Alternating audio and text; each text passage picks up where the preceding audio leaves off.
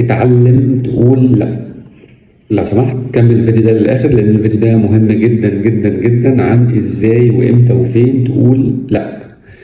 في ناس حياتها متدمره في، مش عشان هي وحشه طبعا ولا عشان حظها وحش، لكن عشان ما بتعرفش تقول كلمه بسيطه جدا من حرفين لا.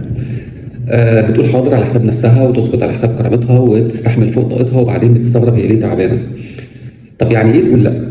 تقول لا دي مش قله ذوق ولا قسوه ولا انانيه. تقول لا دي يعني بتساوي حدود، وحدود واضحه كمان، والحدود مش بتبعد الناس السويه، الحدود بتحميك من الاستغلال. اللي زعله لا كان بيستفيد من سكوتك بشكل او باخر. طيب امتى لازم تقول لا؟ لما الطلب ضد ضميرك، يعني يبقى في طلب كده ضد ضميرك ضد مبادئك او اخلاقك. لو حد طلب منك حاجه غلط، اذيه، كذب، خيانه، تقول لا فورا. ضميرك اهم من رضا اي حد ايا كان مين هو. رضا ربنا سبحانه وتعالى اولى بكتير. لما تحس بالضغط او الابتزاز، يعني لو ما عملتش كده هزعل كده، بعد اللي عملته لك تعمل كذا، انت لازم تعمل كذا كذا كذا. دي مش طلبات على فكره، دي محاولات سيطره. وقتها تقول لا من غير تبرير طويل. هو لا يعني لا لما يكون ده مش دورك، يعني تتحاسب على حاجه مش مسؤوليتك، تشيل حمل مش حملك، هنا لا اسمها حكمه.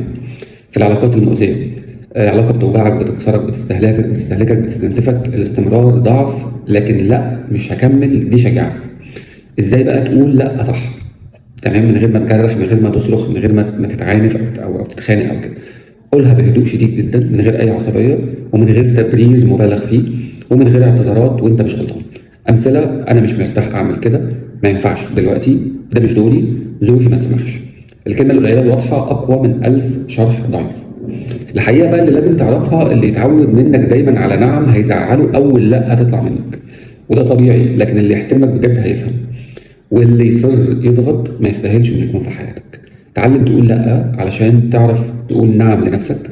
ساعد الناس بس ما تضحيش بنفسك. الطيبه من غير حدود اسمها استنزاف، ولا في وقتها هي ارقى انواع احترام للذات. لو الكلام ده لمس حاجه جواك، يبقى في غيرك اكيد محتاج يسمعه اكتر. ارجوك شارك معايا الفيديو واتعود تقول لا بطريقه صح، وفي الوقت الصح، وبالاسلوب الصح. اشوفكم دايما على خير، وسلام عليكم.